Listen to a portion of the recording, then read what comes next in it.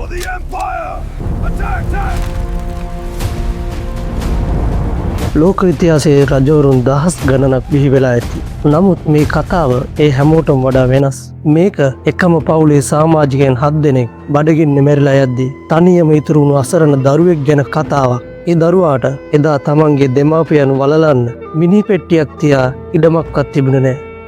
හැබැයි අසරණකම් මතින් නැගිටපු ඒ දරුවා දවසක ලෝකයේ බලවත්ම අධිරාජ්‍ය ගොඩනගනවා කියලා කවුරුවත් හිතුවේ නැහැ. අද අපි කියන්නේ හිඟන්නෙක් විදියට ඉපදිලා භික්ෂුවක් විදියට ජීවත් වෙලා අන්තිමේදී දෙවියන්ගේ නියෝගය තමන්ගේ අතර ගත්තු චීනයේ මින් අධිරාජ්‍ය නිර්මාතෘ ජූ යුවන් ජංගේ ලීන් සහ යකඩින් ලියවුණු කතාවයි. 14වන සියවසේදී චීනය කියන්නේ තනිකරම මිහිපිට අපායක් වගේ. මොංගෝලියානු යුවන් පාලනය යටතේ මිනිසුන් අන්තාසරණ වෙලා හිටියේ. නියඟය ගම් වතුර හා මහා වසංගත රටම වෙලාගෙන තිබුණා. අපේ මේ කතානායකයා යුවන් ජං කියන්නේ දුප්පත් ගොවි පවුලක ඉපදුණු අන්තිම දරුවා. ඔහුට වයස 16 දී ඔහුගේ මුළු පවුලම උසගින්න සහ වසංගතයෙන් මිය යනවා. රෙදි කඩගොතපු තමන්ගේ දෙමාපියන්ගේ සිරුරු කරේ තියාගෙන ඔහු හැමතැනම ඉඩමක් හොයනවා තමන්ගේ අම්මවයි තාත්තවයි වලලන්න. මේ සිදුවීමෙන් පස්සේ කාත් කවුරුවත් නැති වුණු ඔහු අන්තිමේදී තීරණය කරනවා බෞද්ධ පන්සලක මහාන වෙන්න. හැබැයි ඒ ශාසනයට තියෙන ආදරයට නෙවෙයි ජීවත් වෙන්න එක බත් ඇටයක් හරි හොයාගන්න. නමුත් පන්සලටත් ඔහුට කන්න දෙන්න විදියක් තිබුණේ නැහැ. ඒ තරම් දැඩි සාගතයක්. අවුරුදු 3ක් ඔහු චීනය පුරා හිඟා කනවා. මේ අවුරුදු 3 තමයි ඔහුව යක්ෂයෙක් කළේ. මිනිස්සු දුක් විඳින හැටි, ලදාරින් දූෂිත විදියට හැසිරෙන හැටි ඔහුගේ මෑස් දෙකෙන් දැක්කා. ක්‍රිස්තු වර්ෂ 1352 වෙද්දී චීනය පුරා කැරලි පටන් ගන්නවා. රතු තලප්පාකරුවන් කියන රහස් කල්ලය මොංගෝලියානු පාලනයට විරුද්ධව අවි අතර ගන්නවා. මේ අතර අපේ කතා නායකයා යුවන් ජං මේ කල්ලියට එකතු වෙන්නේ තවත් එක සොල්දාදුවෙක් විදිහට. හැබැයි ඔහු සාමාන්‍ය මිනිහෙක් නෙවෙයි.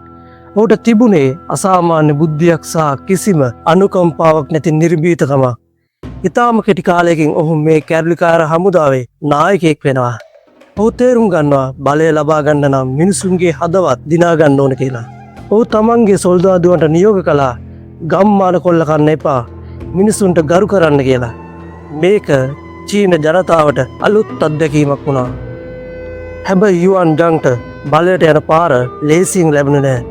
යුවන් ජංට විරුද්ධ තවත් ප්‍රබල කැරලිකාර නායකයෙක් හිටියා. ඒ චන් යුලියන්. 1363 දී ඕයන් වැවේදී ලෝක ඉතිහාසයේ දැවැන්තම නාවික සටනක් සිද්ධ වෙනවා. යුලියන් සතුව අඩිගණනාවක් උස දැවැන්ත නැව තිබුණා. නමුත් යුවන් ජං සතුව තිබුණේ කුඩා බෝට් කීපයක් විතරයි. නමුත් යුවන් ජං ළඟ ගින්දර තිබුණා. ඔහු ගිනි බෝට්ටු යොදාගෙන දැඩි සටනකින් පස්සේ සතුරාගේ දැවැන්ත නව සමූහයම අලු කරලා දැම්මා. මේ ජයග්‍රහණයත් එක්ක චීනයේ අනාගතය තීරණය වුණා. ඔබට මතක ඇති ජාතික රූපවාහිනියේ විකාශනය වූ සූර්යදින කතාමාලාවේ අවසානයේදී කී අධිරාජ්‍ය නිසා තාහුවන් අධිරාජ්‍යයා ඇතුළු මොංගෝලියානු පාලකයන් ඔවුන්ගේ මාලිගාව පිහිටි බීජින් නගරයෙන් පලා යනවා.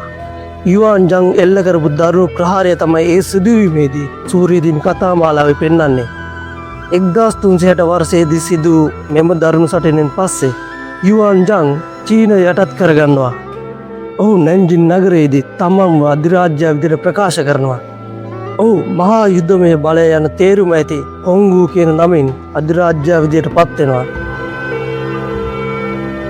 හොංගු අධිරාජ්‍ය අලුතෙන්ම චීනය හැදුවා. ඔහු දූෂිත නිලධාරීන්ට මරණ දඬුවම ලබා දුන්නා. ගොවියන්ට ඉඩම් දුන්නා. ඔහු චීන මහා ප්‍රාකාරය ශක්තිමත් කළා. හැබැයි මේ සාර්ථකත්වයේ පිටුපස කළු පැල්ලමක් තිබුණා. වයසට යද්දී හොංගු අධිරාජ්‍ය අතිශය සැකසහිත පුද්ගලයෙක් වුණා.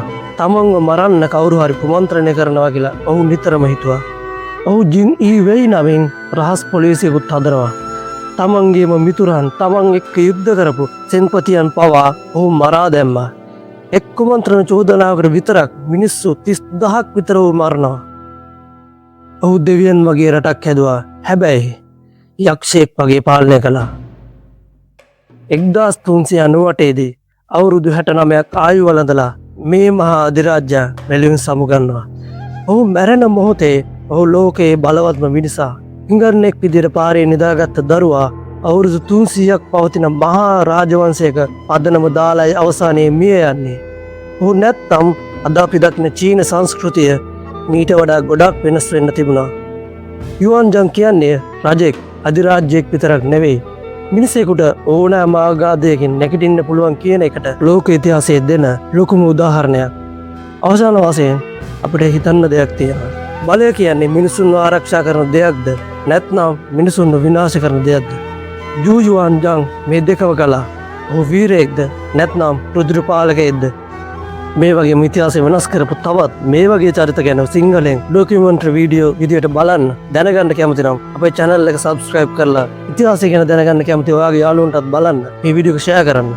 ඊළඟ වීඩියෝ එකකින් හම්බෙමු. ඔබට සුබ දවසක්.